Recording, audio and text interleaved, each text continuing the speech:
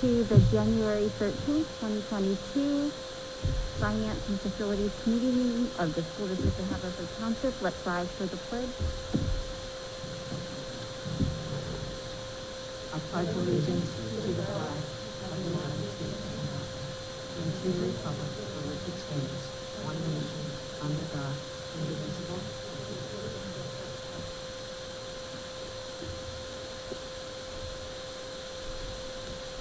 Now our business director, Ms. Martha Pugh, will lead us through the agenda. I apologize in advance. This is probably the longest agenda I've brought to the committee. A lot of good stuff. But it's important information, so we need to go through them. I want to start with Carl Hogan from BBD. That is our audit firm. He's going to be coming to discuss the 2021 local audit report. I don't know if you're speaking into the microphone. It's hard to see. Sorry. Thank you. We will be starting with Carl Hogan from BBD. He is going to be presenting our local audit from the 2020-2021 school year. And I appreciate Carl's patience for everything that we went through getting adjusted to the district. So real quick, like tonight, we have just excerpts from the audit report. And tomorrow, hot off the press, we've been working on it, just putting the finishing touches on the full document. So we anticipate to provide the whole Finance Committee, board, et cetera, with the full audit report for the year ended June 30th, 2021. In the finance packets tonight, everybody should have received some excerpts from the audit report that I thought was important, to kind of go over, where the district ended up with its finances for the year ended June 30th, 2021.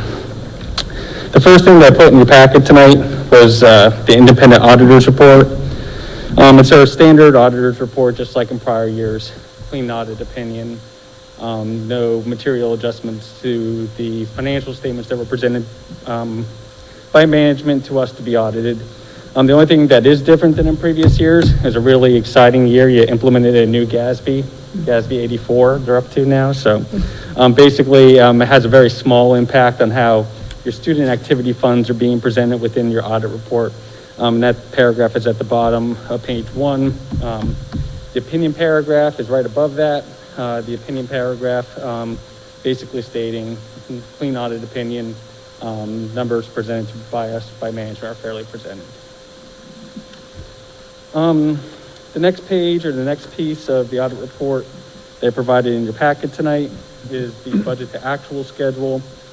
The one thing I want to point out before I go over the budget to actual schedule, if you go back to June of actually 2020, and when this budget was actually put back together, I think everybody needs to be aware that when the budget was put together, that I think there was an anticipation that the school year was going to start in September of 2020, which we all know it didn't.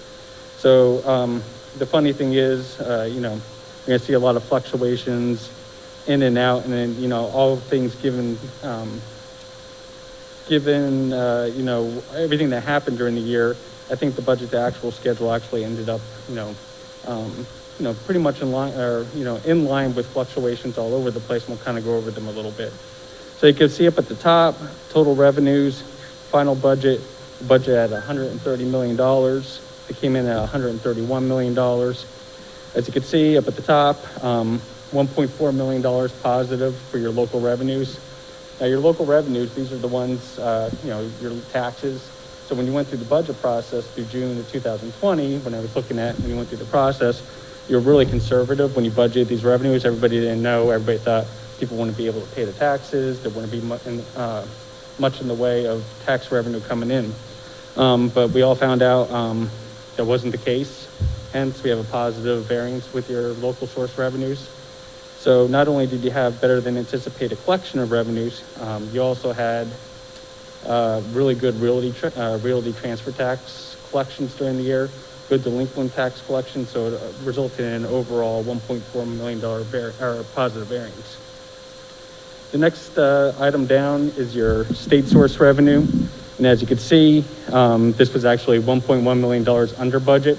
You know what your state revenues are going to be on an annual basis. But what happened is you have those revenues for retirement and Social Security that fluctuate up and down based upon what your salaries are.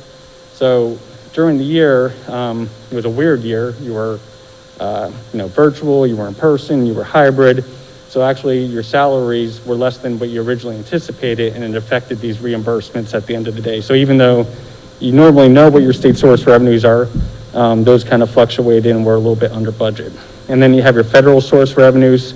And as everybody knows, you get the additional COVID relief funding and the ESSER funding during 2020-21, resulting in the $100,000 positive variance. So then we're going to look at your expenditures. So your overall revenues were $1.1 million better than budget. And then you're going to look at your expenditures. They were $3.7 million better than budget. And if you look at the right-hand column there, the fluctuations, and if you actually drill down, within those variances, especially as it pertains to the instructional programs, special programs, you had a lot of less than anticipated expenditures for salaries, contracted services, those things that you normally would have if you were in person for the whole entire year. There were people that didn't come back. There were some people that, there were vacancies that weren't filled, hesitancy to fill positions, etc., and accounted for a lot of that variance in the expenditure column there. And then also, if you look at the operation and maintenance and the student transportation, those items were also under budget. And that's because, if you think about it, you didn't have the buildings open the whole time. You weren't transporting students the whole time. You were transporting students for the hybrid, etc. And then the one you see right down there, the support services central, that one's over budget, but that was offset by the COVID funding that was received up at the top. So a lot of the COVID funding received, those monies are directly related to those extra expenditures within that category. But at the end of the day, when you put the budget together, you expected to use about $900,000 of fund balance. You actually added $3 million of fund balance, so that was like a overall positive variance of $4 million. So at the beginning of the year, you had fund balance of $17.7 million. You added $3 million. And then your fund balance at the end of the year is $20.8 million at the end of conclusion, June 30th, 2021. Similar to last year, a lot of things driven on the expenditure side related to expenditures that didn't occur because of the disruptions caused by COVID-19. Next page I put in here for everybody. This is just the same information. This is page number 18 of the audit report. Same information without the budget information, but I also wanted to point out the capital projects fund. We're spending a lot of time within the capital projects fund. So you have the project that's going on here at the high school, the completion of Lynnewood at the end of last year. Also, you're doing various bond issues, not only for new money, but also for refunding. And we'll kind of go over the refunding and the opportunities the school district was able to take advantage of during 2020, 2021. The one column you will see that is new here is the activities fund. Basically, this is related to that new GASB that you implemented. All this is the elementary school activity accounts. They made us segregate out the elementary activity accounts. Within your financial statements, there's funds called fiduciary funds, and the GASB, in conjunction with PDE, also determined that elementary schools don't necessarily, or the younger kids don't have a fiduciary responsibility. They're not making the decisions related to these funds like the middle school and the high school kids are. It's more of a principal responsibility. So they kind of segregated these funds out and put them within a regular governmental fund. And the fiduciary funds are still within their own separate financial statement. You'll see that in the full financial statement now. So just to point out with the capital projects fund, we still had for that $18 million in the fund balance, $18.3 million of fund balance at the end of the year, which I'm sure most of that has been spent by this point in time. The next page I included, page number 16. This is your balance sheet. We kind of went over the ins and the outs, revenues, excess over expenditures, and the balance sheet is just a function of assets over liabilities, and then the excess of the assets over the liabilities being the fund balance we just spoke about. In the case of the general fund, you see your total assets, majority of it being made up of cash and cash equivalents, total $38 million assets, almost $30 million of that is made up of cash. Total liabilities, everything current, and just like in previous years, the only real current liability the district has are for teacher salaries that are earned through June 30th but paid through August 31st. So if you think about it, the teachers work till June 30th, but they get paid out through August, but you want to capture those expenses that they earn through June 30th as an accrual. So the excess of those assets over the liabilities, there's that $20.8 million. You used $870,000 to balance the 21-22 budget. Just in previous years, we committed amounts in excess of 8% of next year's expenditure budget to capital projects to remain within what's allowed by PDE. And then your unassigned fund balance is $10.7 million, which is the 8% of next year's expenditure budget. So any excess over that 8%, just as in previous years, to keep in line with the district's capital plan, has been put within the capital projects commitment. And then you have the capital projects fund. There's the $18 million restricted bond proceeds for the current projects going out to the district. Does anybody have any questions so far? Concerns? All good. Great. The next two pages I put are related to your proprietary funds, food service, internal service fund with the Delaware County Healthcare Consortium. Wanted to include this in here. Food service fund struggled again in 2020, 2021, all driven by COVID-19. If you remember when we had the conversation last year, you had to pay out your employees the last 3 months of the year, driving up the amounts that the general fund had to contribute to be able to pay for that. So the one number I like to point out in the balance sheet here is the due to other funds, about mid-page down, about $793,000. So that amount's been increasing, especially the past 2 years, and I know it's been increasing over the past couple of years. So what I think I've been talking to Martha about and her staff is trying to get to the root cause of what's causing this amount, see if it's feasible to be able to pay those amounts back through operations by the food service fund, or to ultimately have to make a transfer over from the general fund to fully cover that. So I think once we make that analysis, we can come back, but it's going to be hard too, because this is another year that wasn't a full year.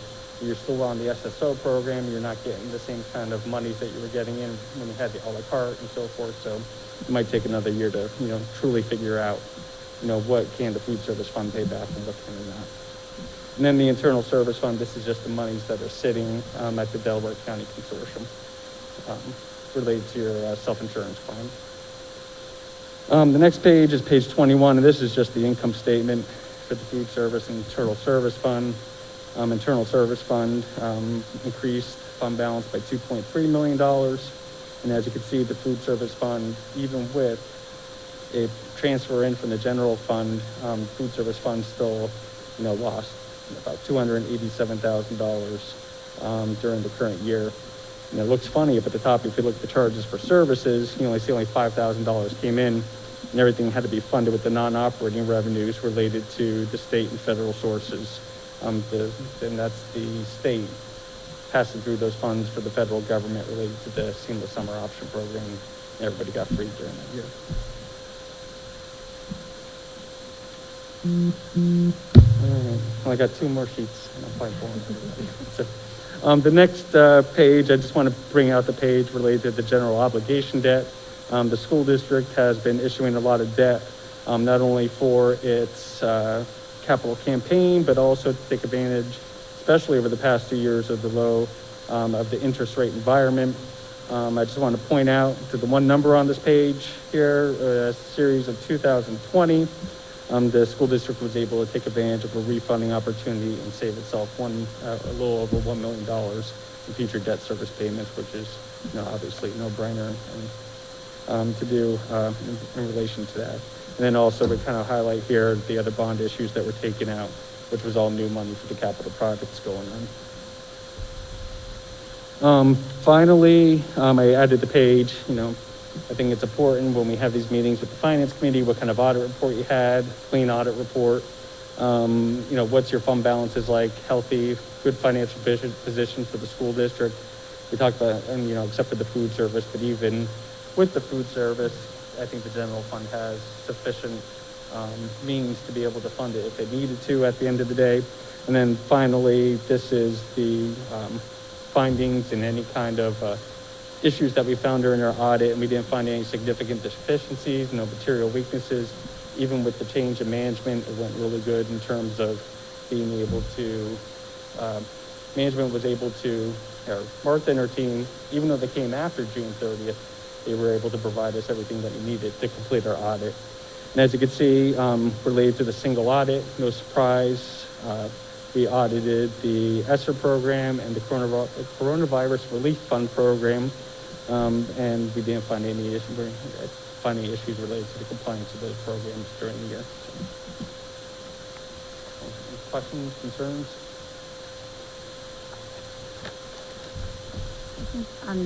I just wanted to say it is interesting to see, the year-end results, and it really is pretty impressive that on the revenue side,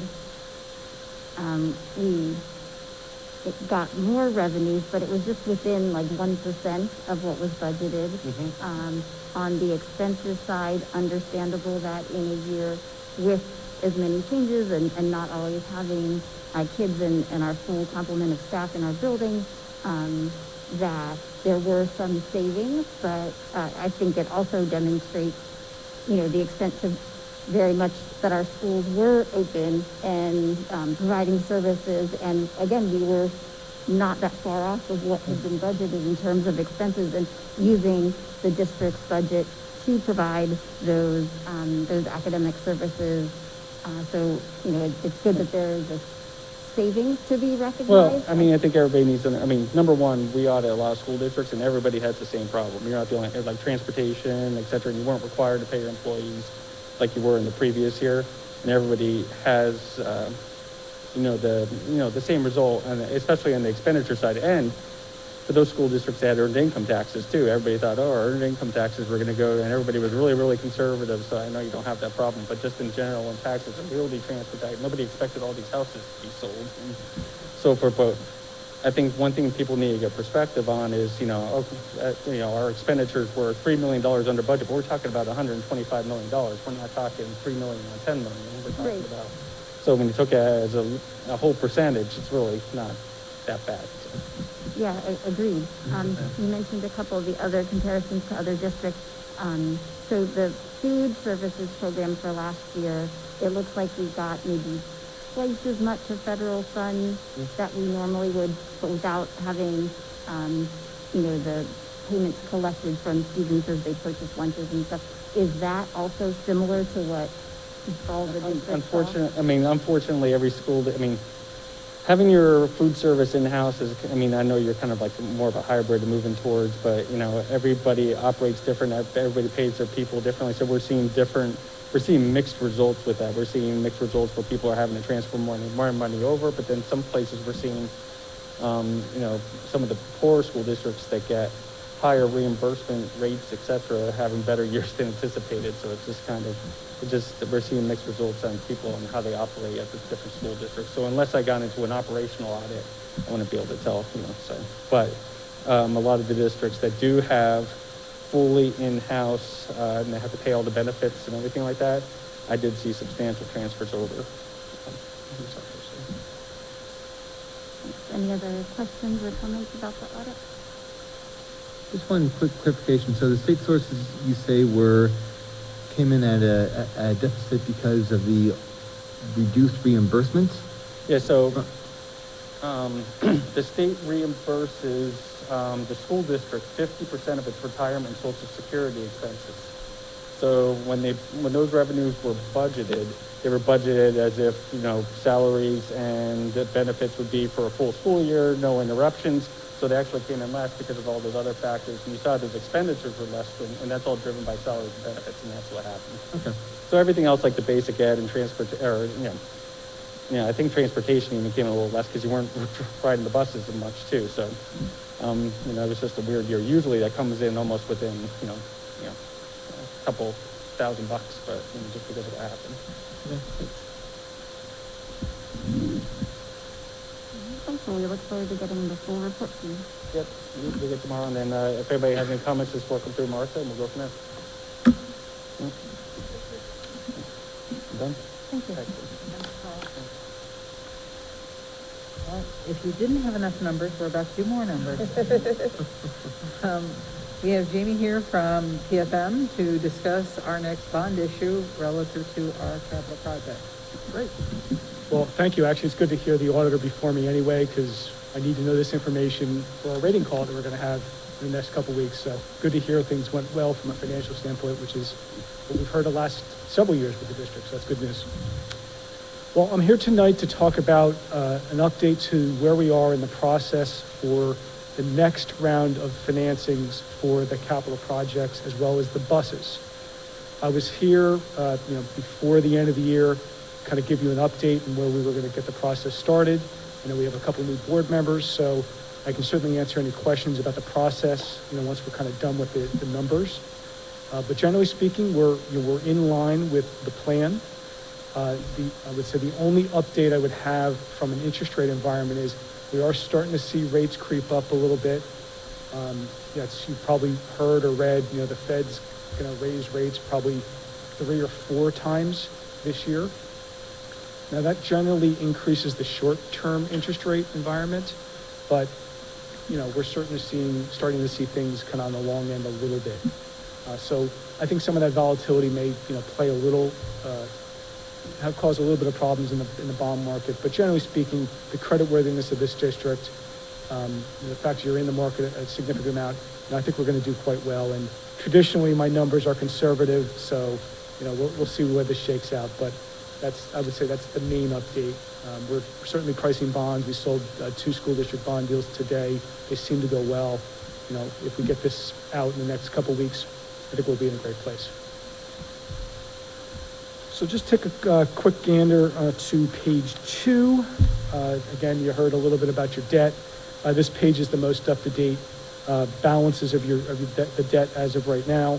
As I pointed out at the last meeting, there's not any refinancing opportunities right now, so we're really just looking at the capital needs of the district. The bottom right-hand corner in gray, the current principal balance is at just under $135 million. We're going to ask you to consider another, $8 million or so with this next financing. And we'll talk about what the next one after that will look like as well, but that's where we stand right now. Generally speaking, you pay about $12 million a year in annual debt service. It moves around a little bit just with, your reimbursement you receive from the state.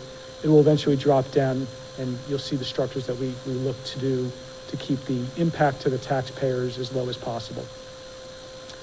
But generally speaking, I think you're in a great place. Hearing your audit, I think we'll be fine with your credit rating, and anything in this kind of AA category should do quite well for the district when we sell bonds.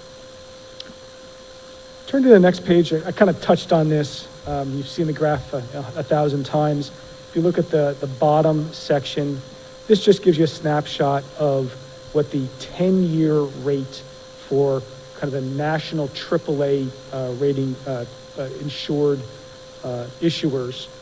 You can see that although rates are at near historic lows, you can see that little check up in the bottom right-hand corner. Things have gone up about 15, 20 basis points since the end of the year into the start of the year. Again, that's just natural for what we're understanding or seeing in the market. But, in the grand scheme of things, when you compare the current rate of 1.19% versus kind of the max within this period of time, which was 2.79, and the low, which was just a ridiculous low of 0.58, we're near, strong or all-time lows, so I wouldn't be too worried about the overall interest rate. Turn to the next page. You got to turn it sideways, and the paper's getting a little smaller for some people, so I'll try to point you to the right directions of where you need to go. When you do a lot of finances, it gets a little smaller. We're going to be in the orange category. That's where we're heading. Everything from the left to the right till you get to the purple is transactions we've already done. So this was our beginning plan for these capital projects. Built into this were a few refinancings that we did, as well as the first bus financing. So it's not all these, Lynnewood and the high school project. It has a little bit of the buses in there, and that's what's going to be shown in this next transaction. So the orange to the left is what I call step 5A, and this will be approximately about a $7 million capital project for the high school and roof project to get things started. It'll be the wrap structure like we've done before. Generally speaking, we'll amortize it over a 15 or 16 year period. And in the end, our overall amortization will kind of increase your bottom line by about $270,000 per year. Again, this is about in line with what we thought things would look like when we first started. The cost of the project went up a little bit since the beginning, but because the interest rates we've received, we're pretty much in the same category as we expected once this is all said and done. So I'm not worried at all from a payback standpoint for the district. You can see with the blue, I'm only going to point this out, there's going to be another issue that we would plan on doing next year.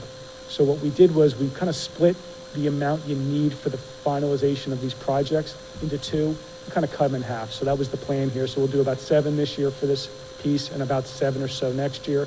That'll give us flexibilities to finish up the project. Things come in a little lower, we'll borrow less. Come in a little higher, we'll have some room to kind of get it done. So I think this is a good, prudent way to do it, and we're kind of hedging the balance of your projects. The only other thing to add, and you might remember from the last meeting, we weren't 100% certain what method of finance we would do for the buses. We determined through conversations that we're going to do the same thing we did last time, and we are going to finance the buses in this particular bond financing. We'll be able to amortize it over a 10-year period. We'll get that 1% or so interest rate on it, and you can just keep building your budget through the bond issuance. So in total, the parameters will be $10 million. But you can see here, if you look at the the top section of the orange, the grand scheme of things is probably going to be about an $8.5 million transaction. With traditional parameters resolutions, we leave flexibility in both the principal amounts, the interest rates, and a little bit of structuring. So when we go through the competitive process and we get bids on a particular day, we have that option to kind of adjust things to make it fit with the Commonwealth of Pennsylvania's rules. We've never come close to the parameters that we've ever done, but this is the way we have to do it because we're clearly having you approve something, hopefully next week, before we price bonds. We have to be higher in all levels. I'll take a take a stop, and if anyone has any questions on this page, but I'm happy to expand upon that. I have a question. In the orange and even in the blue, they're labeled as non-bank qualified. I thought for under $10 million. This will be bank qualified. That's a typo. Okay. I apologize. Yep. Good pointing that out. But yeah, this will be bank qualified. This is less than $10 million, so we'll be able to do that. And with the lease, it now became the buses. We'll be able to handle that. So this will be a 5-year call provision, which is good for us, and we'll have a little bit lower interest rates. Any other questions? Mm-hmm.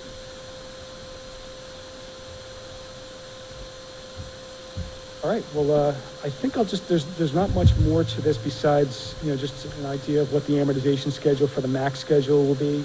Again, it's a $10 million amount that you're going to see in the resolution.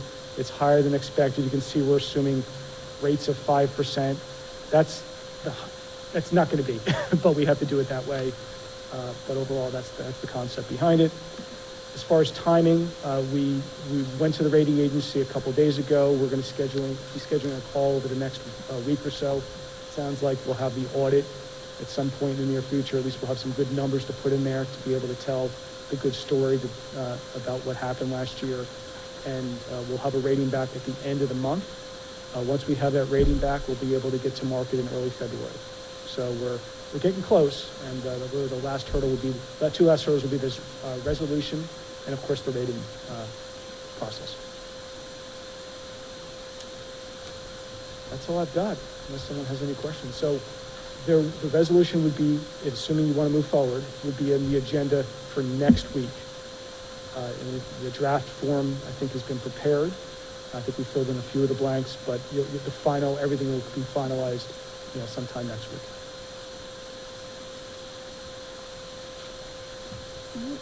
Any questions or comments? Thank you. Thank you. And we could talk if you want me to come next week or not. I know I usually come, but it's up to you guys. All right, thank you.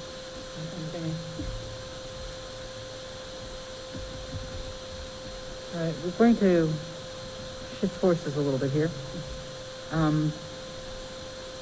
Over 3 years ago, this district made the decision to switch their financial software to a different financial software. During that period of time, it didn't happen. Since I've started here, and actually as part of my interview process, I was given the charge to let's make this happen because it's long overdue. So during the 6 months I've been here, and believe it or not, it's been 6 months as of yesterday. We've examined various software packages and spoken to different school districts, spoken to various vendors, and have centered down on one package that we think will provide us with what we need and the flexibilities that we need. And at the same time, we ran into an issue where our current software vendor notified us recently that they're going to move their software from what we currently do self-host. They're moving it to the cloud. You're going to be required to transition to the cloud by July 1st, which means everything changes. Everything needs to be transferred. Everything needs to be converted. Everybody needs to be retrained. And our employee access center that we developed has to be totally redeveloped in their new version of software. So since we're facing this abrupt change, we were suddenly with, do we do that or do we do the new software that we found? I am strongly recommending, and from everybody that we've been meeting with, they're strongly recommending we make the decision and go ahead with the new software. So what I want to do now is bring Kelly Kaiser, the Assistant Business Manager, forward to provide some information about what we've done and some facts and figures. And then when she is done, we are going to present two representatives from the software. Actually, it's from the CSIU, the Central Susquehanna Intermediate Unit. It's their software, and they will be providing us with some information about CSIU and some information about the usages. So, Kelly, the floor is yours.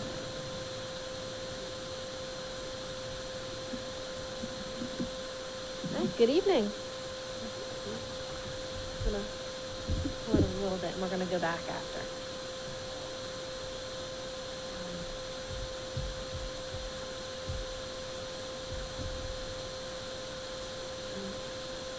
Don't think. Are you just not there? What? Are you just not there? They're not there. Okay. Oh, Okay. we'll have to leave it then. That's fine. They're on the website. Oh, okay. So the board members can see Just go it. back to set up Todd and Lyndi for after me.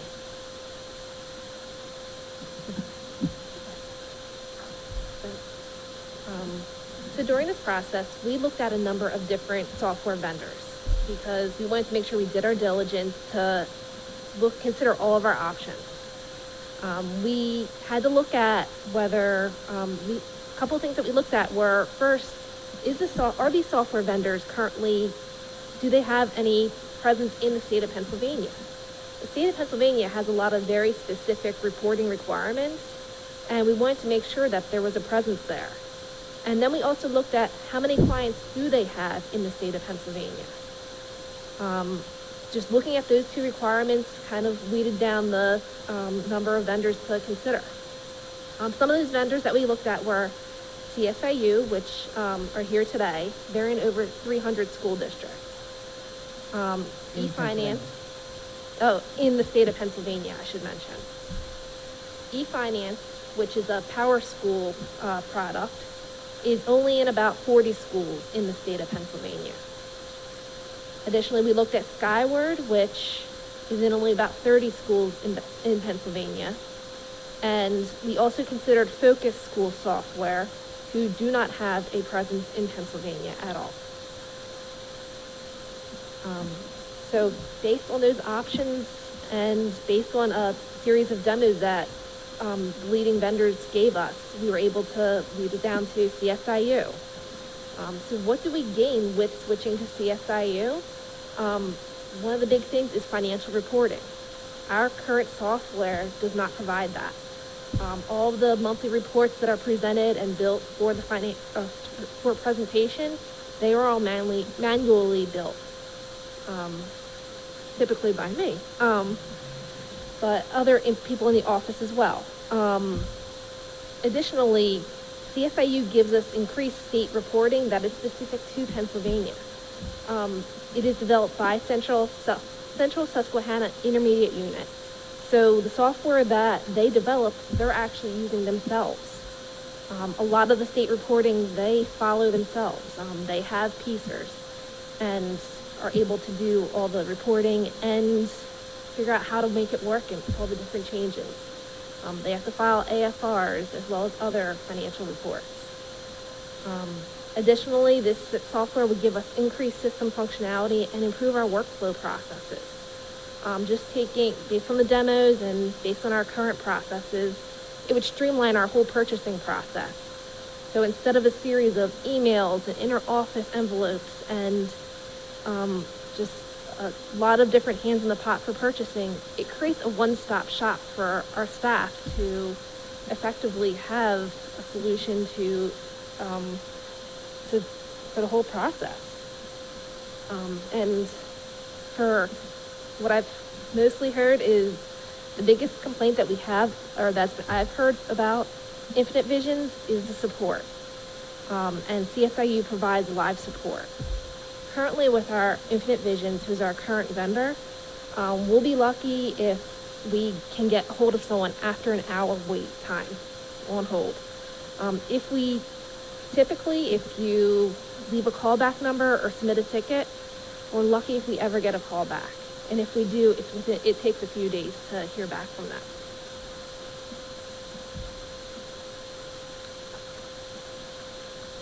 So the next slide, which I wish I could show, but if it's on the website, you have it in front of you.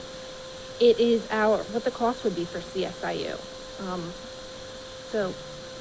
For a grand total, the first year, including all the implementation costs, would be about $64,000. This includes all the modules. It is an estimated cost for the data conversions and for the implementation process. Annually, the cost would be about $69,000.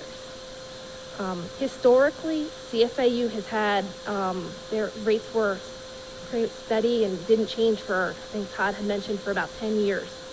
The reason that they increased their cost is they have to cover the cost of the added cybersecurity insurance. So there is a potential for around a 2% cost increase, but it would be on just the annual hosted subscription. So there's potential for the annual cost to go up around $800 per year. And finally, I wanted to give a comparison of this software against our current software, Infinite Visions. And we additionally use another software, a subledger called Bluebear. Annually with this conversion cost and what we're estimating what the cost of this conversion would be, CSIU would be about $64,000. We have reached out to Infinite Visions multiple times. Our IT director has reached out and we are not getting a response for the cost to do the integration and for both the Employee Access Center and the switch from self-hosted to a cloud-hosted program. So the costs that I have down for Infinite Visions are based on our current annual cost with the normal escalator, and about a minimum of about, I'm not saying a minimum, but a projected cost of about $10,000 in customizations to do the switch. Again, we haven't heard back from them, so this cost may differ from what actually were to come in. And then Bluebear is a subledger that we use for our student activities. That software would be folded into the CSIU, so that would go away completely. I believe that's all that I had on the cost. Was there any questions before I turn it over to Todd and Lyndi? Okay. I will invite them up here now.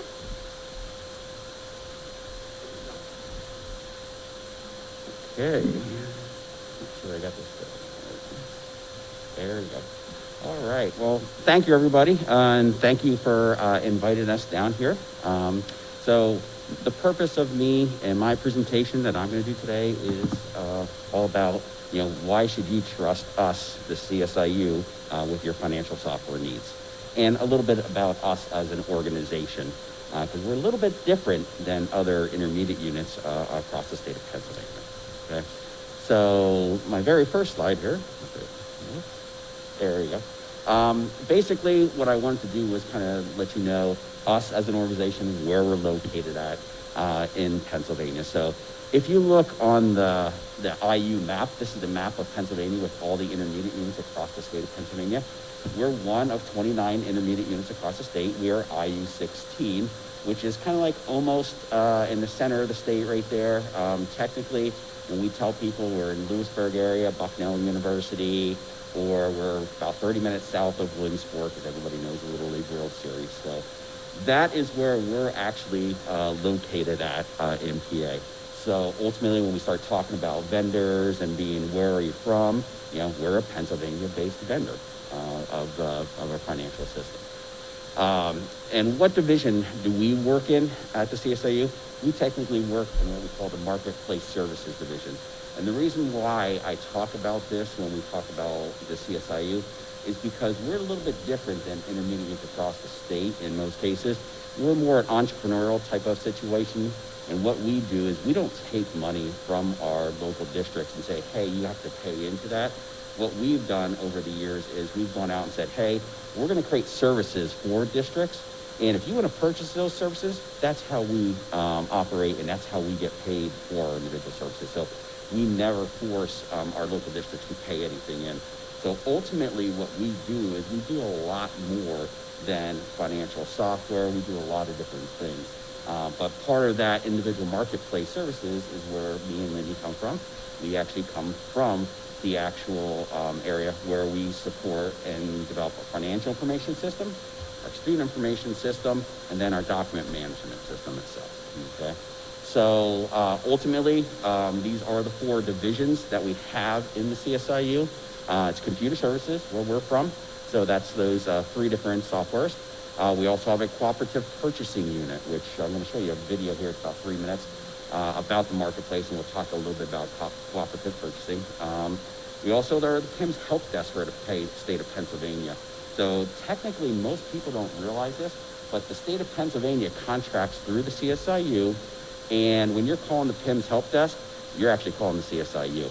So when you're calling for help, so what we usually tell people is ultimately we're experts in PIMS too. So because we got to do it ourselves as an intermediate unit, but also we have to actually support people out there. So a lot of times when we're doing things, and when it comes to PA-based vendors, ultimately there's a lot of things. Now on the financial side, maybe not so much PIM support there. There are some things you have to do for PIM, but on the student side, we're doing a lot of consulting work. So it's more about how to set up things and how does PIMS work rather than just how does the software work. So ultimately, we're expert in that PIMS area, and technically, we'll talk about it a little bit, research itself.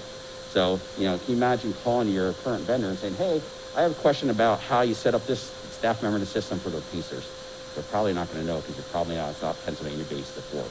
That's what we hear a lot when we talk to people about support from other vendors is, hey, we call, they have no clue about PCers, they don't know what PCers is, they don't know what PIMS is, all those types of things. So once again, like I said, it's very important that you have Pennsylvania-based support, Pennsylvania-based system itself. And then we obviously have technology services in our intermediate unit, which goes out and does, we can do, wiring and all those technology techniques, okay? The next thing is a quick video. This video is just about the marketplace itself. I think this is our Chief Innovation Officer, John Brenchley. He kind of explains a little bit more about the CSIU and our marketplace in this 3-minute video. And then once he's done, we'll talk a little bit more about the financial side.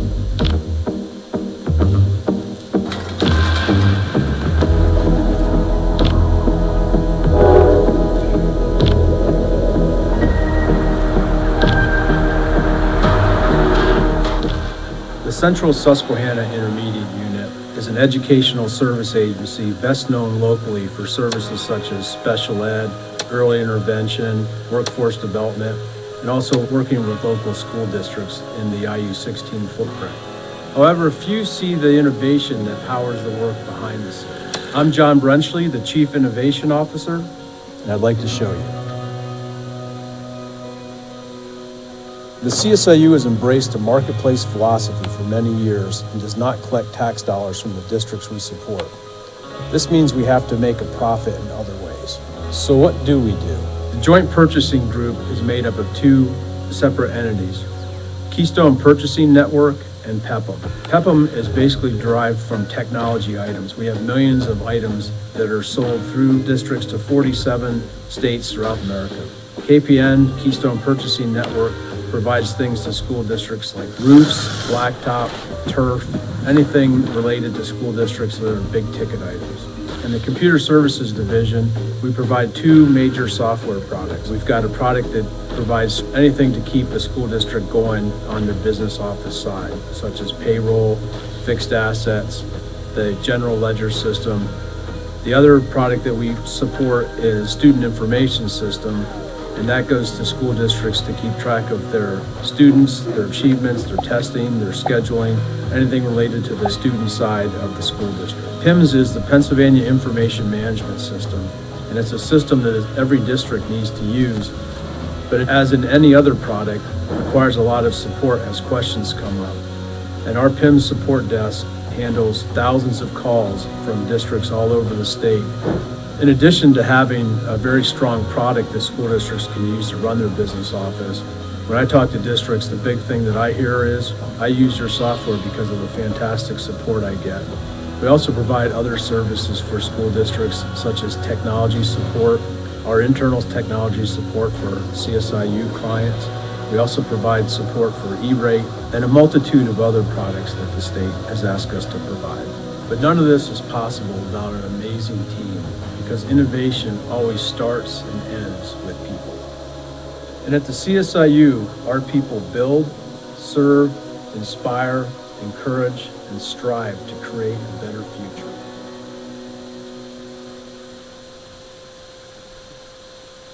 Yeah, I think he explains it a little bit better than me, but I like to put that video in there because I'd like people to understand that we do more than just software. We do a lot of different things that we could help you out, within your district. Okay. This next slide is really just a slide of our technology group, which is the computer services area. And ultimately, once again, what we're talking about is the financial information system. We also have tax software, which you're going to see here in a second.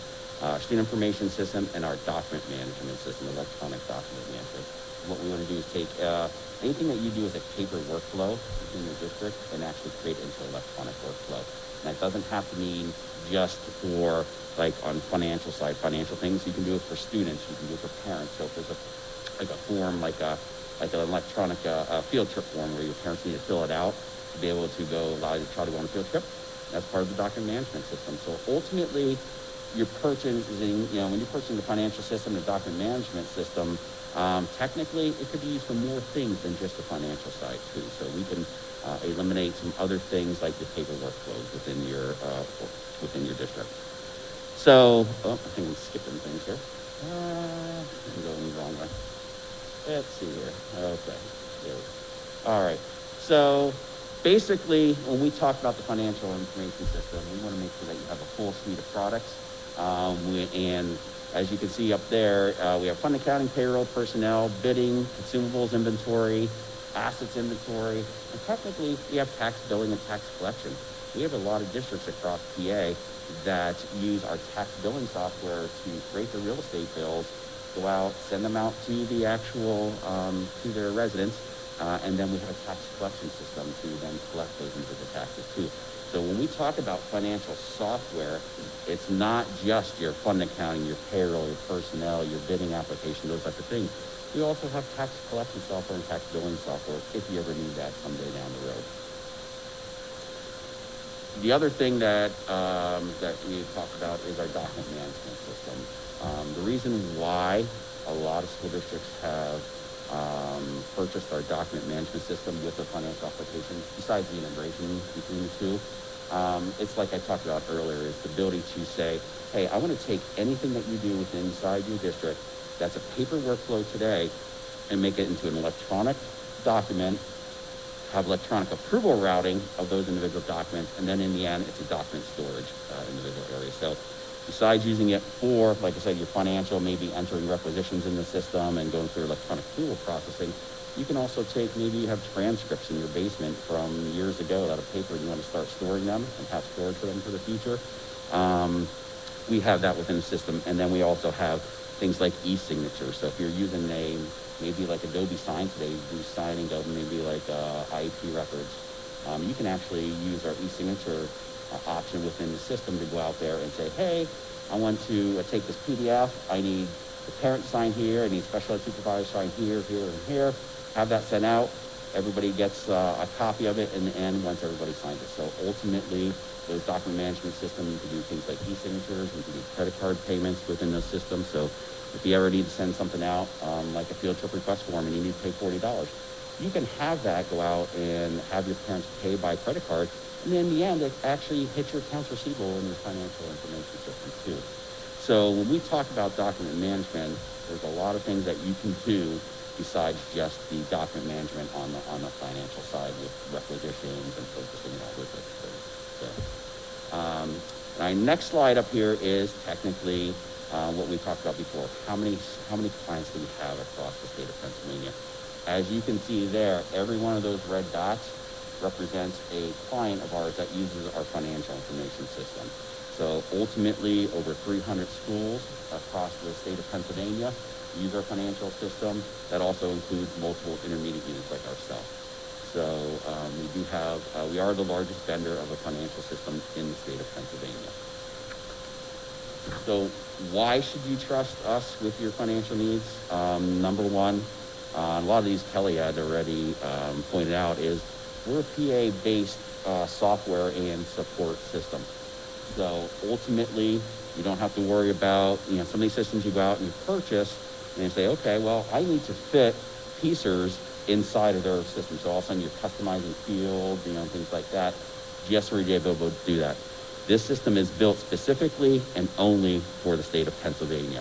And the system, we've been doing this for over 45 years. So ultimately, it's not something that we just started. 45 years ago, they started this process, okay? We also don't have any stockholders. You'll notice nowadays that, most of your financial systems are associated with some type of company. And guess what? What's happening? One of your own PA-based systems, eFinance, was just purchased like 2 years ago from Power School. Now, guess what? Now what happens is Power School purchased them, all the support, that PA support, gone. And now when you call them, you're getting somebody from another state that may not even know anything about that. And you also have to worry about it being bought out, by another system. So if you ever go and you see, especially, this happens a lot on the student information side, where you see, this vendor buys this individual vendor out, and then they say, okay, now we gotta, the big purpose of it is to go out and purchase them for their market share. And then they say, now we gotta switch it to the new system. Well, not everybody wants to go to that new system. So ultimately, in our case, no stockholders. We don't have to worry about making a profit for our stockholders, and you also never have to worry about us being bought out. We've been doing it for 45 years, and we're going to continue doing it. Like Kelly had said earlier, live staff answering the phones. When you call our support desk, you get a live person answering the actual phone. And then what that person does is they figure out what your issues are, and then they will move you to the correct support person that needs to be. But you never have to worry about calling, leaving a message, and then having them to call you back, and you have no clue when you're going to get a call back. In our case, if you have a issue, and maybe it's a problem with your payroll, and you need to get that payroll out, you're going to get a live person on the phone, and you say, here's my problem, I need help right away, and we'll get you that individual person to help you through that process. Over 45 years, we already talked about that. And like Kelly said earlier, we're a client of our own software. So ultimately, the software has to work for us, and as it would have to work for you. So as we've developed the software over the years, we have to go through piecers. We have to do all the PIMS reporting, those type of things. So we're a client of our own system. It actually helps in the development process, makes it a little bit easier when you understand how a system should work. You don't have, it's kind of like taking a developer that's never been a teacher and developing a teacher's grade book, and they don't know how to use a grade book. They've never had to do it. Here, we're a client of our own system. We have to use it, so we have a lot of information over 45 years that help us develop that system. And then once again, we're PIMS and PSERS experts, so a lot of times it's not about the actual, how do I use the software? It's about how do I set up this person in the system. So when you go through training with us, you're going to go through training based on PSERS and PIMS and those type of things. So you're not going to have somebody out there who has no clue about the CSIU itself. So I know when I did this, we wanted to keep it brief, but those are the reasons that most people join us, the CSIU, and trust us with our financial needs. So that is my presentation. Do you guys have any questions about the CSIU itself or our financial software? You have a question? Yes, sir. Thanks. It sounds great.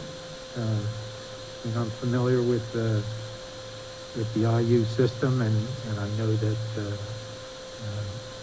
the IUs have sort of been tasked with trying to be more entrepreneurial and self-sufficient, and it sounds like you folks have done some great work in that regard.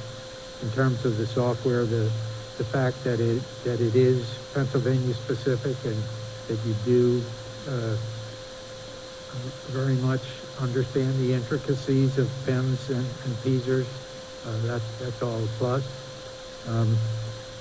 Like you folks, I've been in IT for 45 years developing software, so I have a couple of concerns. And could you tell me a little bit more on the support side? How many people are supporting those 300 installations? So in our actual financial support area itself, we have, in our computer services, we have over 60 staff, and over 60 staff members that are associated directly with our financial information system. On the support side, Lyndi, do you know how many support people we now have? We've been actually growing, and I never really thought about this, but we have to be at least around 15 financial support staff now. Yeah, you're 20? Okay, so we're right around the 20 mark of people that just support the financial information system itself. And would we be running in the cloud, or would we be running on local equipment? The actual software itself is a web-based system. It is hosted by us at the CSIU. So we are the ones out there protecting your data. So yes. Are any of our Delaware County neighbors clients at this point? We were actually just talking about this a little bit earlier. Oh, you know exactly who is closest? Now, we do have, I don't know Delaware County itself, but let's see, Great Valley is close. We know we have Kennett Consolidated, kind of close. Chester Upland is in the area. You know anybody else right in the specific area?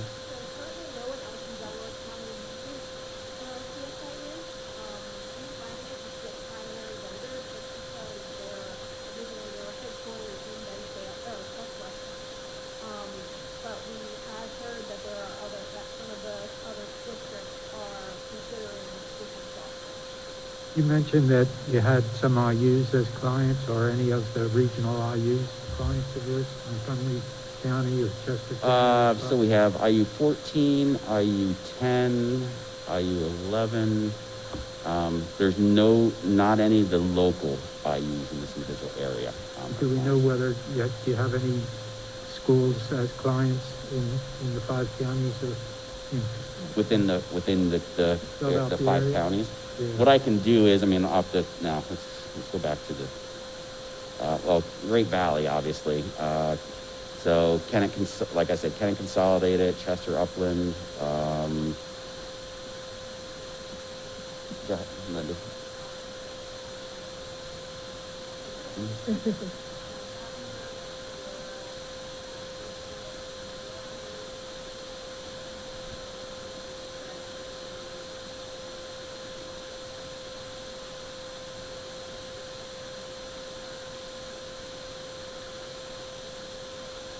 Now, what we could do for you is I can provide the list of school districts to That Kelly, would be great. and then that way you guys will have them. You know, one of the things that I guess is of some concern, if I understood, we're under some pressure to do something by July. You know, in computer installation time, it's already July. You know, so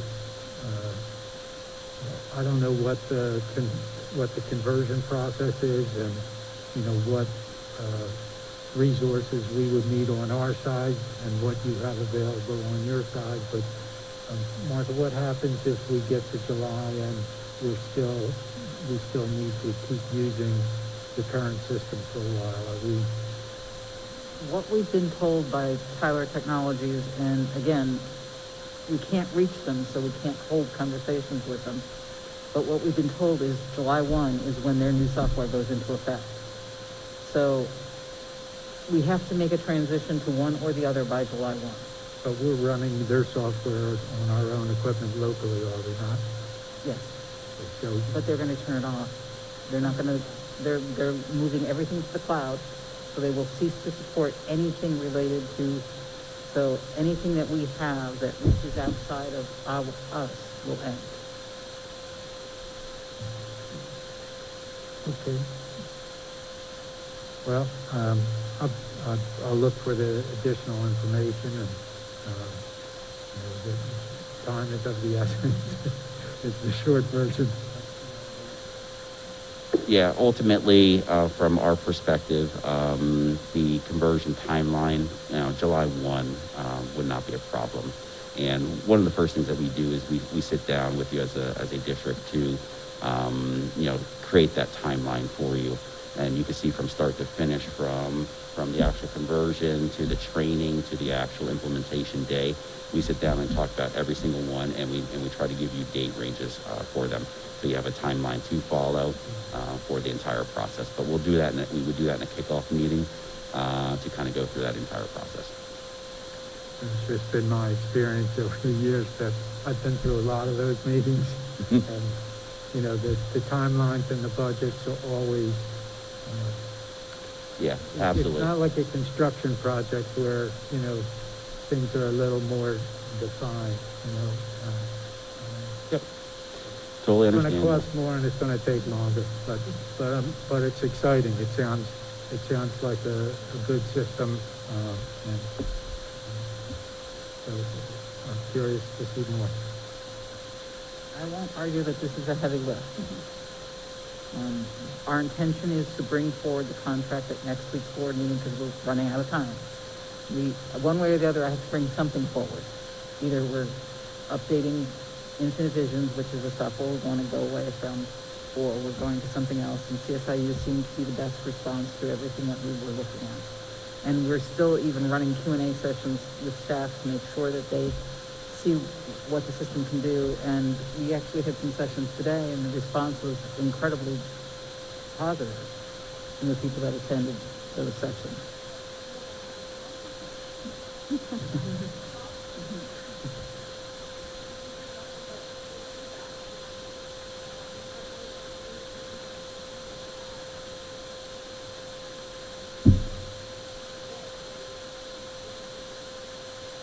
Have we talked to users at places that are actually using it?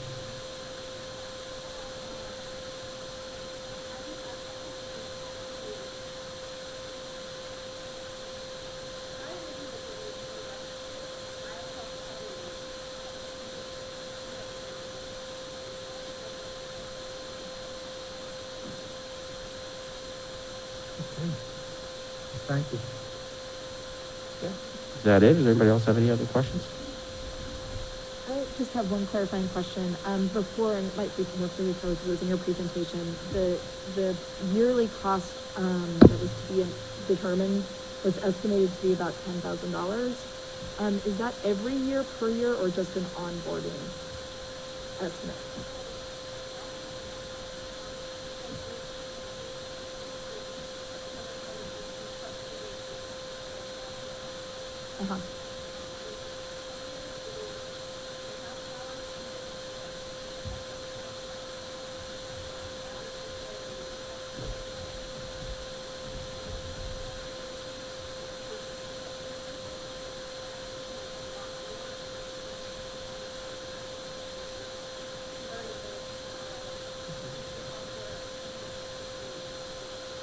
But for CSIU, it's to be determined, of course, but that would be an ongoing yearly customization cost.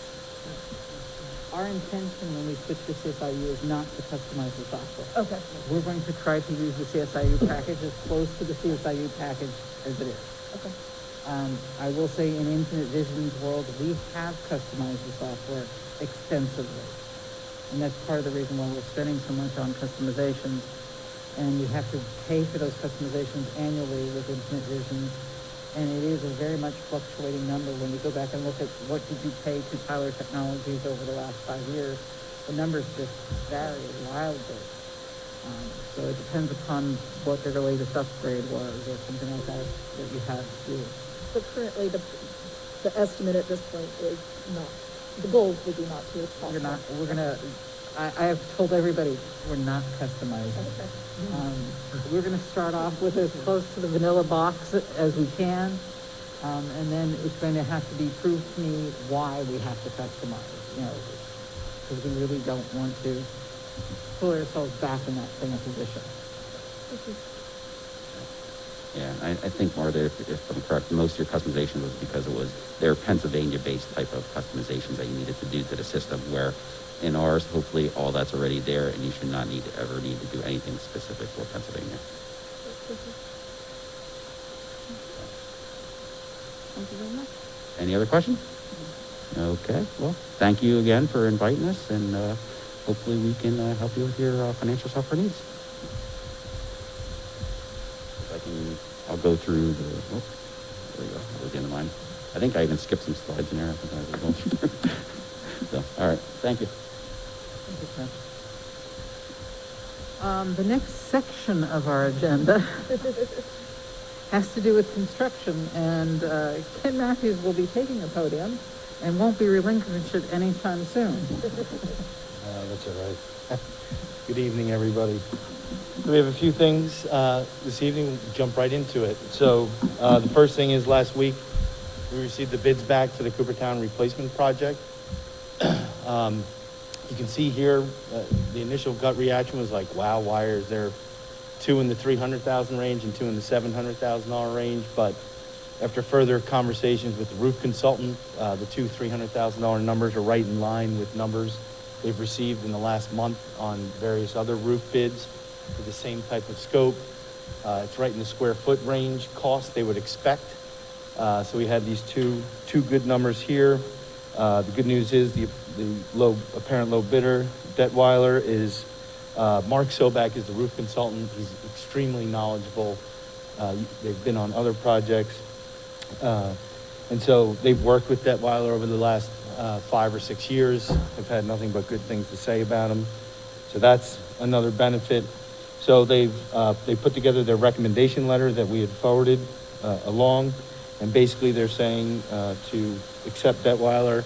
And excuse me, Whistler Pearlstein has also reviewed all the bid documents, made sure all the bid bonds were in order, et cetera. So all of that was submitted as per the bid specifications.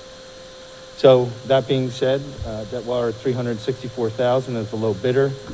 And then Mark Sobek is recommending alternates 1, 3, and 4, which are basically alternate 1 is to, and by the way, this is phase 1. So this is covering over all the metal roofs that are in poor shape from the 1990 addition to the building.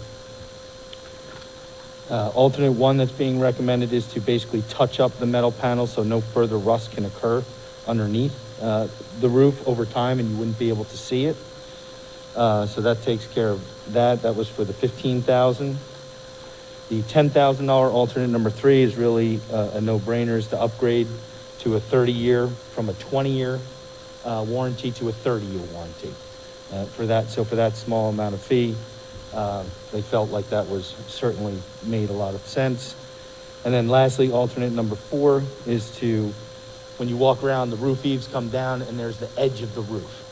That metal wasn't part of the base bid to replace it, even though it's in poor shape. So this alternate is to cover over it with a new aluminum, which again, for the cost that was submitted, seemed to make a lot of sense. So Next week, we'll be presenting this, asking to proceed an award because we do need to order materials, as everyone knows, with the material procurement issues that are out there. So if it gets released next week, we have plenty of time to get the material here by essentially July 1st, and it's about a 6 or 7 week roofing process, so it's easily accomplished and completed before the start of school. Okay. Any questions on the bids or the alternate? Yeah, I'm curious, what was alt 2? I'm sorry? What was alt 2 that was not? Oh, I'm sorry, alternate number 2. I thought it was negative, so I'm wondering what that. There's another roof alternate cover board. It's a 1/2-inch board that goes over the top before you put the rubber down, and they just wanted it there in case we couldn't get the other type of board. But they don't, it was kind of an alternate, use one board or the other, but there's no concern with that. Okay. And then alternate number 5,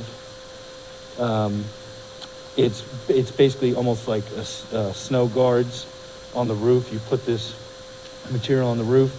We don't need it everywhere, so he recommended not accepting it. We'll put it in some strategic location so snow doesn't fall off over door exits and entrances. But to put it everywhere it was not worth the money. Gotcha. Thanks. Yeah, I mean, it shows the value of getting the multiple bids, and there's some real differences here to compare, and thanks to you and to our roofing consultant to help us navigate this and get a good result. Yeah, absolutely. All right, so the next thing on the agenda, we have a couple things to talk about at the high school. Ryan is here from KCBA, just a few things. So basically, the first thing is talk about the exterior facade. I think what the material colors and what it was going to be was a little bit unclear, so Ryan's here to really clarify that for everyone, and so a decision can be made that we'll explain. Sure, good evening. It's exciting to be back and exciting to see steel going up on Project 2, so it's happening, that's good. So as you might remember, we have a mixture of brick and metal panel on Project 2 of the music classroom wings. As we were reviewing the metal shop panel drawings, we get color samples and drawings of everything before it's installed. As we were reviewing that, we noticed, hey, there's another type of metal panel that was not previously offered during design, a coloration. The original rendering on the screen here does have wood tones, a mixed wood tone look. During design, the manufacturers we were working with didn't have this variation as a standard colorization. So in order to avoid any custom colorizations, in order to keep costs down, we selected several standard colors there, seen just above the rendering, those stacked colored panels there. Was in the base bid as standard colors. A mixture of those would be used to mimic the variations in the wood coloring. Also seen on the screen to the right, the two more wood tone colors. That is the new series called the Woodland series, which is now offered by the metal panel manufacturer. So we investigated this color. We said, hey, we haven't seen this before. What's going on with this new metal panel? So even as of this morning, trying to speak with them, trying to encourage them to be able to offer us this new metal panel color at a no-cost change. Unfortunately, the process in order to create that panel actually doubles the cost from the base panel standard colors. So with that working on the rendering on your screen now is that Woodland series color. This is a cedar, so you can see it plays well nicely with the brick color as well as the red accent on the top of the sloped roofs there. So again, this look would be an upcharge from the base standard colors. However, other options moving forward, stick with a standard color, but don't mimic necessarily the multiple pattern color standard mixed randomized pattern of standard color. Stick with one color, would be no upcharge. Creates two solid color blocks. So one option is the rawhide here, which was part of that as well. And then another option would be Sierra Tan. Again, another color block, a little grayer in tone. So really we're looking for a recommendation. Do we want to pursue more of the wood tone, woodland series look, which offers some variation in its color, being that it's more of a wood-grained look, or stick with a standard color, keep it more simply a solid color block in order to progress on the facade exterior. And Also, the cost associated, obviously we need to discuss. So you're looking at approximately a $30,000 add to go to the wood grain cost. We've been trying to work to get that down, but for the purpose of this discussion as of today, from the manufacturer and the supplier, and you know, all the markups, etc., it's just under $30,000 to do that. So the other neutral colors that Ryan was showing, you know, there's a few options there. You can more neutral tones, but there's no upcharge for that. So we wanted to at least present that. I think, Ryan, you should state what your preference is, obviously, and then yeah, purpose. Sure. I think for our recommendation moving forward would be to probably stick with a standard color moving forward, and just choose one that is complementary to the brick as well as the accent red trim of the sloped materials. We think that the upcharge for this is a little high, so we would probably recommend sticking with the standard color moving forward. So the standard colors are like the sandstone or Sierra Tan or something? Yes, so on the screen now, yep, those three, we'll call them beige tones in the middle. The rawhide, Sierra Tan, and sandstone, correct. Yeah, and we don't have like a wood effect on any other part of the building that wasn't used on the new classroom wing? No, correct. The classroom wing was all masonry materials, brick, and concrete masonry units, all the existing tone of brick on the school, and then a lighter color CMU block picking up on the existing lighter science room wing area. So yeah, I wouldn't. It's not as though the wood is pulling together the entire look of the building or anything like that. So a complementary solid color would complement other areas of the building as well.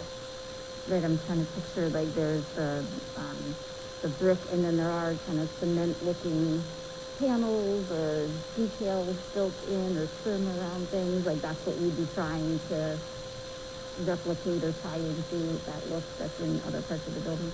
Sure, yeah. If you think about the new classroom wing, the very end of the new classroom wing, as it's kind of a solid white block, it would be similar in that aspect as a singular architectural item, as a larger piece inset into the brick.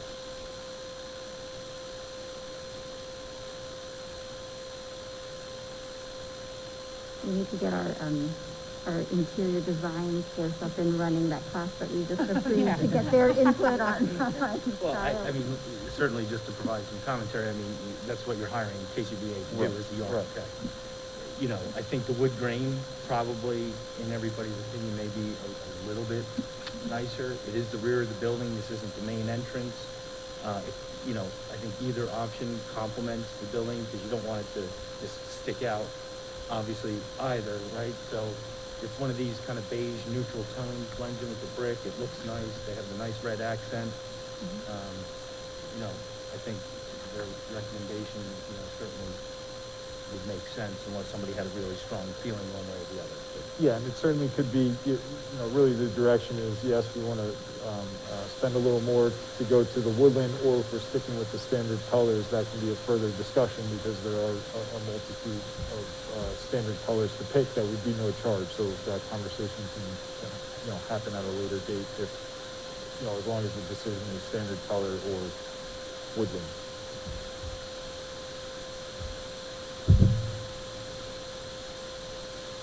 And the administrative recommendation would be to go with the standard color. They don't want to make a donation and get the wood paneling and have it named the wood exterior provided by. Or something. They can send a few more color renderings too. Yeah. Just to get the opinion, and then we can move forward. Yeah, I'm fine with the standard ones, and to the extent that it can look like kind of the coloring that's in the rest of the building and work with the brick that's there. Okay. All right. We'll proceed in that manner. there's one other item for the high school, so, some of the staff, Keaton, the athletic director, had just asked, this is the fitness center, and as we were finalizing the layout, all the weight equipment, et cetera, they had a couple thoughts with the staff to enhance the room. So basically, these H have been added in the image here. So the floor was just all gray in the middle. So they saw this at another high school, thought it would be a real nice touch. So basically, that's the weights would all be right in front of the H, between the H and the wall at the top of the screen.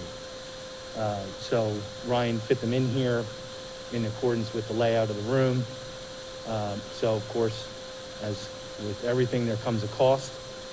These 4 H's are approximately $8,000, a little more than $8,000 that are along with it. In total. In total, correct. Well, I'll give you the grand total in a minute because there's a one more change. So Ryan, why don't you go to the next screen? So then there was no, if you look there, around the H, the ladders, that a lot of people use for the fitness, running in between or et cetera. So adding all those ladders around the stitching that's involved, because this is real turf, actual AstroTurf. So this is another $6,000 or so. So between the two of them, with all the markups, et cetera, you're looking at a $17,000 add to the project. So we wanted to come tonight to present it and get your thoughts. And just to be clear, the H is the H is included. Base bid included. Yes. It really is just the speed agility ladders in that rectangular piece. And then, elaborating on the H's here, they mimic the lifting platform that would otherwise be bought, I believe, as part of the equipment. So I'm not sure what that cost is, but that would probably be the trade-off. So that cost would be potentially eliminated. Yeah, so I have to see if they were purchasing that. We'll get the cost of that. And so on this one, it corresponds, there's 4 weightlifting stations, and that's why there's 4 mats on the floor. Correct. Yeah, we took the equipment layout that was provided by another consultant and mimicked their locations exactly. We did have to rework the base flooring pattern a little bit. Before, red used to go all the way around the room. Now it's just in the L because they were going to run into the locations of those. But that's a minor change compared to the actual work of the H's, because those are custom cut to be able to fit into the flooring area. And the weightlifting, those are kind of a permanent setup. That's not something like this classroom, you're like, and then we clear it out, and sometimes we have it there, not like the weightlifting, like having those permanent demarcations in the floor makes sense for how that room will be used. It's for how it's laid out now, Bridget. Yes, I mean, the weights, they're not permanently bolted to the floor or anything. Right. you know, it's all freestanding equipment that just sits on the floor. But it is a good point. In the future, if there was a completely different layout, right, those would still be in those. Those would be in that location, where you cut them out and move them. I believe though that the teachers are, planning for an extended period of time, so there's no anticipated change with any of that equipment anyway. And with the, like I'm picturing there being, a carpet of the AstroTurf and then these being cut and kind of laid in, and the same with the ladder. So the alternative would be to have like plastic and The ribbon plastic stripes, ladders that, ones yeah, that we you use in roll all our out. youth programs, correct. So is there, is there any question about the kind of durability and integrity of the floor with all of these insets and, extra colors or patterns being installed in it?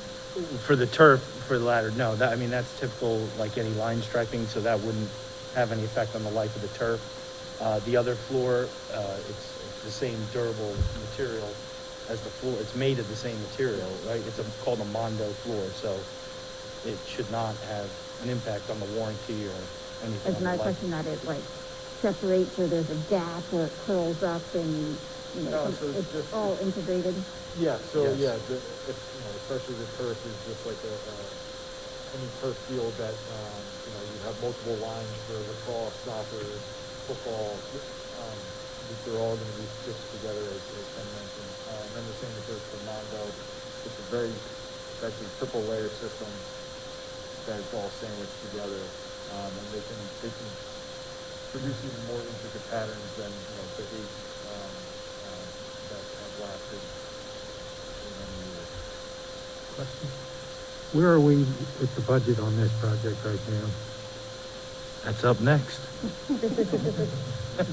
So we'll go through that in a minute. So right now, the budget's healthy for the high school. Okay. Well, I think the next item on the agenda is the two items for Lynnewood. Just a quick update on the wall, the retaining wall, and adding some fencing on it. So JR and I have been working together trying to get a CoStar vendor that can do it rather than having to go out to bid. Not having a lot of luck. We're trying one or two other contractors. If they can't do it, then we're gonna go out to bid and get the fencing bid so we can get a competitive number. If you recall, we got a ridiculous number that was twice what it really should be. So hopefully by the next time we come in front of you next month, we'll have an answer on that. And then the other thing is the sign. I've been going back and forth daily with the subcontractor. Just remind folks, Ken, when you talk about the sign. Oh, excuse me. So the Lynnewood sign that goes horizontally up. Thank you. The thought was that people had some, had some issues with it. Just when you're standing in certain parking lot, you only see the wood. So the thought was to spin it and do it vertically. So we got pricing to do that between the sign vendor, the contractor. So we did get the cost reduced some. Stubner had a ridiculous amount of supervision. That was a few $1,000s. That's going to get knocked off. And we think we can probably get another maybe $2,000. So if you're looking, it was in the $16,000, $17,000 range, right? I think it was 17. We'll get about $5,000-ish off of that, based on where we are. If I could get a final answer. The biggest thing is the metal panels, because most likely removing them are going to damage the metal panels behind, and you have to replace those metal panels. So, we're say it's roughly down to around $12,000 at this point to turn the sign. I'm trying to get an answer how badly they think they would damage the metal panel. So that's really the last piece I was trying to get, if by ripping the letters off. So hopefully if we find that out, we might be able to get it down another few thousand. But you're still looking, at somewhere between a $6,000 and $12,000 issue to change the sign. And given the conversation we just had about the exterior of the high school addition, If we needed to get a replacement panel for Lynnewood, is the one that, like, is that color still in stock? Yes, excellent question. So he apparently, and this is what I was trying to get the exact answer on, is they do have extra panels and he thinks he has enough, but I want for sure. So that's the answer that we're trying to get. If he does, then that makes a big difference. If you have to order, just a few square feet of a custom color like that, it could take months and months and months and months and months. And there's the cost of it, of course, as well. So over this next week, hopefully we'll really get to a final number, and then we'll submit that and a final decision can be made. Obviously where it is now isn't hurting anything or doing anything, so we'll get it really reviewed to the final cost and come back and hopefully be done with it by the next meeting. All right. So that's it for Lynnewood. Then we get to the project cost update. So we had put this together. It's Martha and I had talked and wanted to kind of make sure the full picture is there. So this just gives a snapshot of where the project is overall. So on the left, you can see all the contract totals. That includes everything that's been approved to date and the original contract amount, which gets you to the 7.8 million, and this is just hard construction costs. The pending change orders this is phase one classroom wing, yes. So the pending change orders that are left are a little over 45,000, which gives you the projected total. So, and any of the pending change orders, they may or may not be turn into actual change orders, just for everybody's benefit. So anything that we have in the pending column is anything that's projected as a possible cost, anything that's a known submitted cost that isn't approved yet, so that at any given time, you always have, we'll call it the worst case scenario from a budget perspective for how much money's left. So that those pending change orders are included and they go against the contingency. So immediately to the right, you can see the project contingency. It's 518, 477,000 has been spent to date, so there's a balance of 40,000. And again, those pending change orders are already in those numbers. So you don't take them out of the contingency balance. And the project's basically done. You can see most of it's been billed out at this point. The allowances on the right have been depleted, so there's no balance left in them. And we essentially have all the closeout documentation at this point, waiting on a few things. All the punch list is basically done. There's a few very minor items. So in the next month or two, most of that should be closed out, other than they have to come back in the spring to finish up, clean up a little bit of landscaping. And of course, please jump in if you have any questions on anything. In similar fashion, for Lynnewood, I gotta go backwards, excuse me. There we go, I skipped too quickly. There's phase 2 of the high school.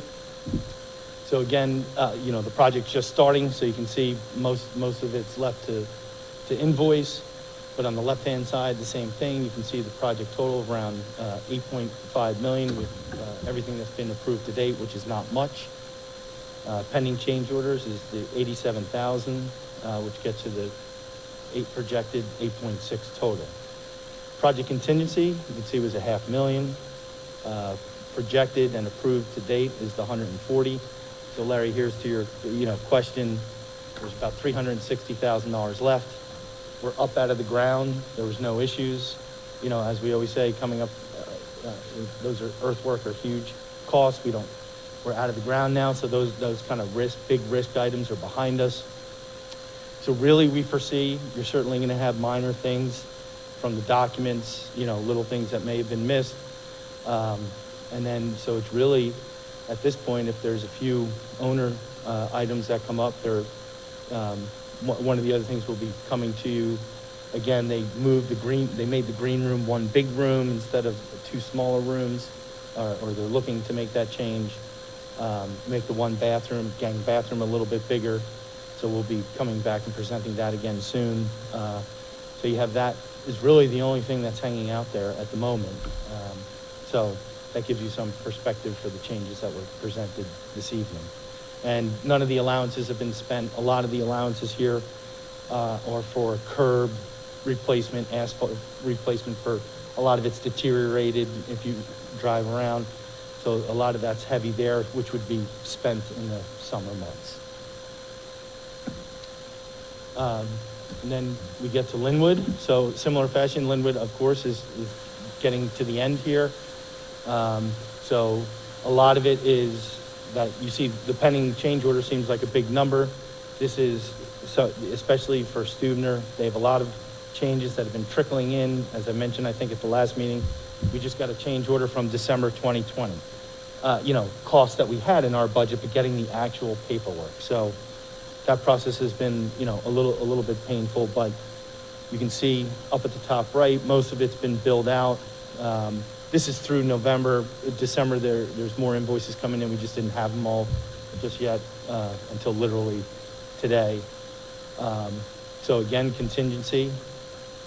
You can see where that is. It was 3.3 million, 2.6 has been spent, and there's a balance of 666,000.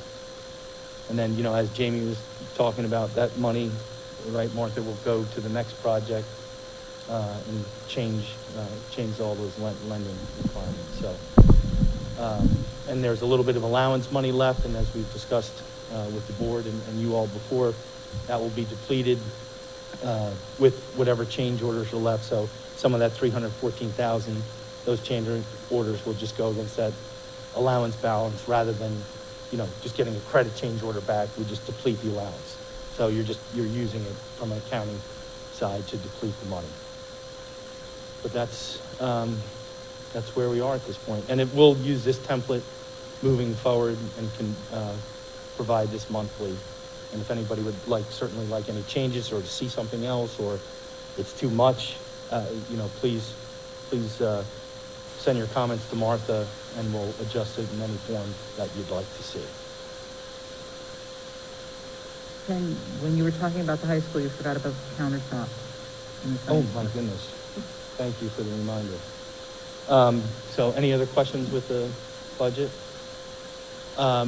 So at the high school, and Ryan can weigh in as well. So during the design process, you go through the programming, you meet with the teachers. There was a lot of discussions on the countertops because you had the bio labs, chemistry labs, the existing countertops, and the existing labs were all laminate, which is not very durable. It's not flame resistant, not chemical resistant. So as part of the design, they did epoxy tops, which is the highest end in the chem labs. In the bio labs, because you don't need the chemical resistance, you do a phenolic resin top. So that's a cost savings. It's a little less. And then in all the discussions in physics, nothing had come up about the use of water or literally dropping things on the counter, which is kind of what's been happening and brought this topic up. So the existing counters in the new labs, physics labs, have been taking a beating. And in only 2 or 3 months, there's major scratches. There's been some edges cut out. They use water, so it gets underneath and the wood swells in it, so the lamination starts to peel back. So it really seems to make sense to do a solid surface counter in those rooms, in those 4 rooms, and with the square footage. So the approximate cost is somewhere between $20,000 and $25,000 to do that. It really seems to make sense for the long term of the building. We'll get an exact quote from the contractor, but it's roughly in that range, probably closer to the $25,000 when all the markups are said and done. But the counters are fine for now, but it would make sense to do it either over spring break or as soon as school is out, assuming you all agree with that recommendation. And that would also fit within the remaining contingency for the classroom. I'm sorry? The budget that you showed $40,000 of remaining contingency for that. We already have $25,000 in the budget that was in what we showed earlier. Oh, okay. Yeah, so it wouldn't be the 40,000 of contingency left wouldn't be reduced by 25. It's already in that number. Okay.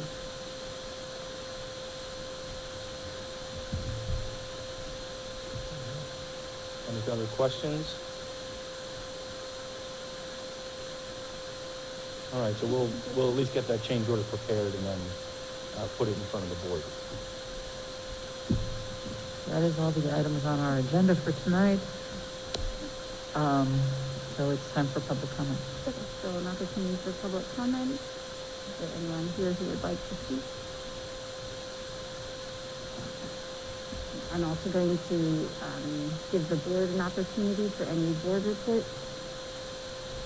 Yeah, I'd like to talk about a couple things, actually. One thing in particular. Yesterday, I attended a, and by the way, I'm using a lot of acronyms here right now, so if I start to slip into planner or engineering speak, just yell at me or throw something at me. But I tend to do that sometimes. But yesterday, I attended a pre-bid meeting for a grant program. It's funded through it's called the TOP program, Travel Options Program. It's funded through the Delaware Valley Regional Planning Commission. They are the regional entity that directs federal dollars into the area. They work with PennDOT a lot. But this particular grant program is something that's relatively new. They've had one round of grants so far. They're having another round coming up here. The grants are for implementation of DVRPC's transportation demand management strategies. That's the strategy that they've outlined to reduce the number of single occupancy vehicle trips throughout the region. There are about 5 pillars for this strategy, but there are a lot of different ways to do this. I go over this in more detail in a bit if you'd like to hear about it, but the grants are between $75,000 and $600,000. They are for implementation of things that could help to reduce single occupancy vehicle travel. Some of the options for that would be to increase non-motorized mobility. Sometimes it's funded things such as a travel share programs. It funds a whole bunch of different things. But basically, whatever is done, this actually is for fiscal year 2023-2024. Whatever would be implemented, whatever would be funded now, would have to be in place by, I believe, May of 2024. So there's some time here for the implementation stage of anything that districts would like to look at. Couple of notes. There's a 20% match. Part of that can be in kind. The reason I'm bringing it up now is because the pre-bid was yesterday. That was a mandatory pre-bid. You had to attend that pre-bid if you were to pursue any of these kinds of grants. If we were to pursue something like this, an expression of interest, which doesn't obligate us to anything, but expression of interest would be due on the 24th. Those are fairly easy things to fill out. It doesn't need to be a fully designed idea, but it has to have some, meat to it, if you will. One of the ideas that was kind of been mentioned, it was, I did a quick windshield survey this afternoon of the high school, middle school campus, and if you've been around there, the bike racks that we have currently on there are in fairly sorry shape, if you haven't seen them lately. They're the old style. Not a lot of people like to use them, actually.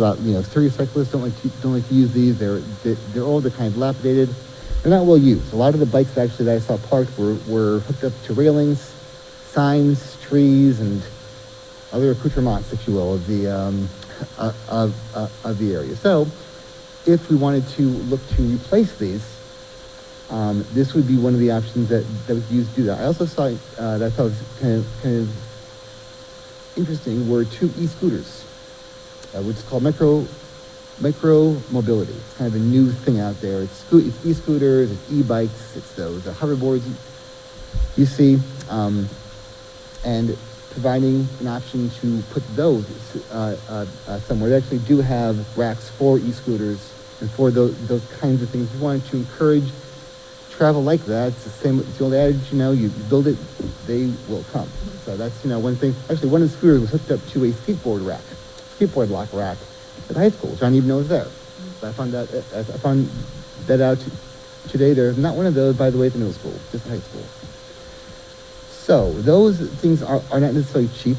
And then there are other things as well. And I know the school district right now is having some major staffing shortages. we're having Dan and other folks going to classes that actually teach them. So I get that there are shortages right now. Like I said, the good news is that this is a bit of a longer term thing, at least when it comes to implementation. It's a bit shorter term when it comes to the application.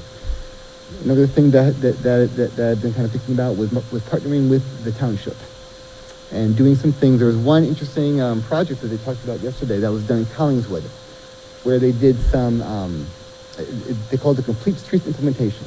Which means they put in crossings, bike lanes, shared use arrows in the road, those kinds of things, try to increase multimodal travel. I think there are a lot of opportunities for that around the school, and then kind of that could then radiate out into communities, bring more folks in.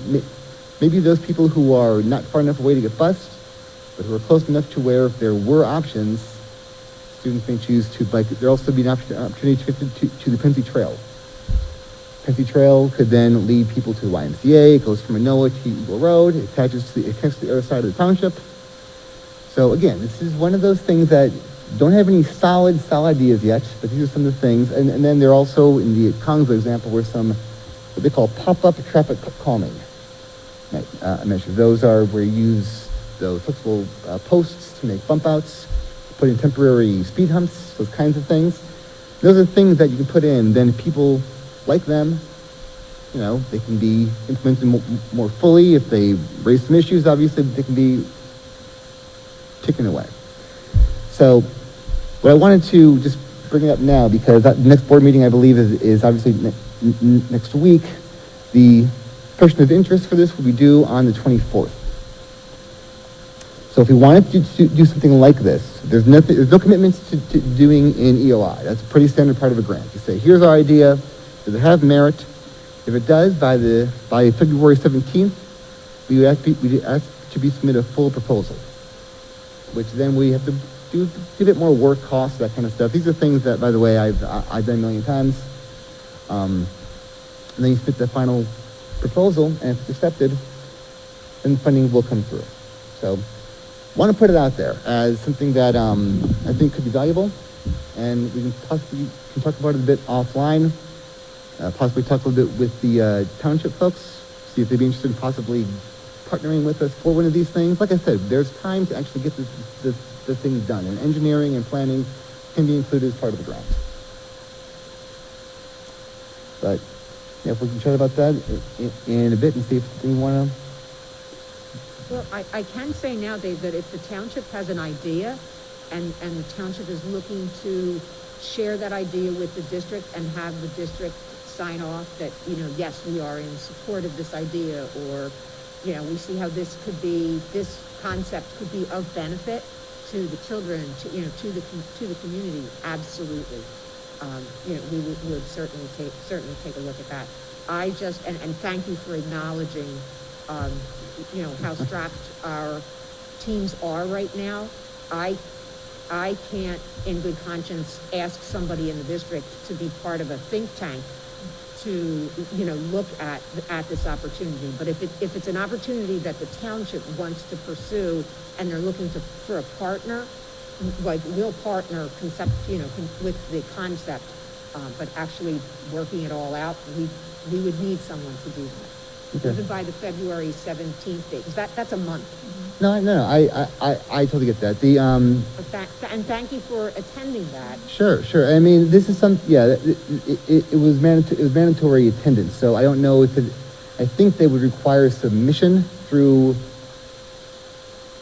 either, through the district somehow, just a submission of some of this stuff. But as far as the actual think tank, as you put it, goes, I mean, that could be certainly collaboration. We can, like I said, we can chat about that a bit more offline. I can flesh out some of these ideas. If we are interested in submitting something, like I said, I'd be happy to go ahead and put something together and put it through. But anyway, so I'd be value to at least come down and get some thoughts together. Yeah, thanks for investigating that, and I also think as, I'm sure we'll soon be thinking about the summer work and our wish list of improvements around, like these kinds of, opportunities or notices do spur the occasion to consider a wish list of ways, and so, you know, if we may not be ready to, jump on this one, it would be good to consider it for future opportunities, so thanks for investigating it. Any other discussion from the board? Well, thank you, Ms. Pugh, for marshaling us through an ambitious agenda for our Facility and Finance Committee meeting. I think we can be adjourned. Thank you. Great, thank you.